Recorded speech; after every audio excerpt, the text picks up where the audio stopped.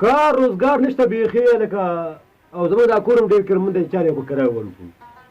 هسې تباهي دا انډیواله دا څه چل دی او هغه دې دوه کسان خو روان دي هلکه دغه رشتې دی خو دا د کور دغه ولې وکړو ته غلی شه د کور به له ښه صفت زه وکړم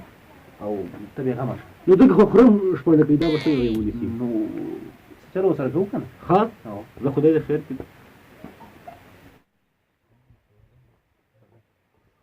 السلام علیکم. وعلیکم السلام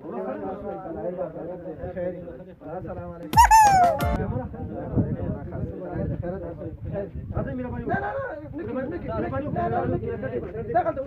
دلته ودرېږو وخت کم دی څنګه راغلی او خبره دا ده وروره چې موږ د کونړ نه راغلي او بخیر راشي تاسو ته خو پته ده چې دې وختونو کې کونړ کې حالات ښه نه دي لرې ولسوالۍ نه راغلي تاسو به پېژنئ او موږ ویل یو کور په کرایه واخلو هغه رهنمایي معاملات والا نه دی هغې راته ویل چې تاسو به لاړ شئ دغلته دا ستاسو ځای راته وښودو وایي د حاجي کاکا ځي کې چې دی کوم کرایه کور شته دی نو په همدې خاطر دلته راغلي دا زمونږ کور دی تاسو وګورئ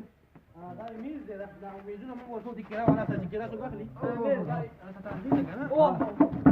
نو ته دلته راشه دا دروازه ده ګوره ښه ماشاءالله کور ښه کور دی داسې نه دی چې مثلا ته وګوره دا ستنې ورکړي دي ستنې مکمل قوي بس هېڅ د زلزلې خطر پکې نشته دی دلته دا وګوره ښه ښه تیار شته دی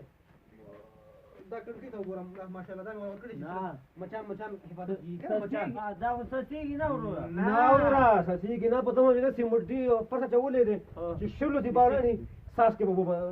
دا اوبه دي چې شي دا پې موږ شیندلي دي موږ دغه خاطره نظر د خاطره رنګ د خاطره هو رنګ مولا کوم هم پېژندلي دي چې هغې وانه وړي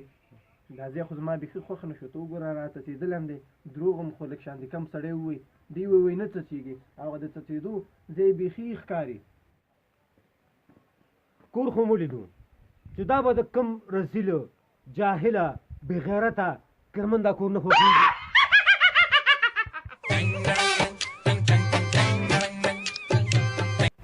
کور خو بد نه دی خو دا کرایه یې څوی ده د کوم منافق رزیل جاهل بې غیرته کرمنه او کرمنه دا کور په 10,000 افغانۍ نه خوښېږي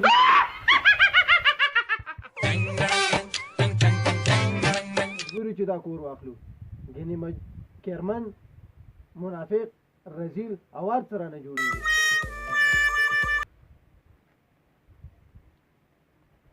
دا بیانه واخله او بیا به درته نور روپۍ درکړو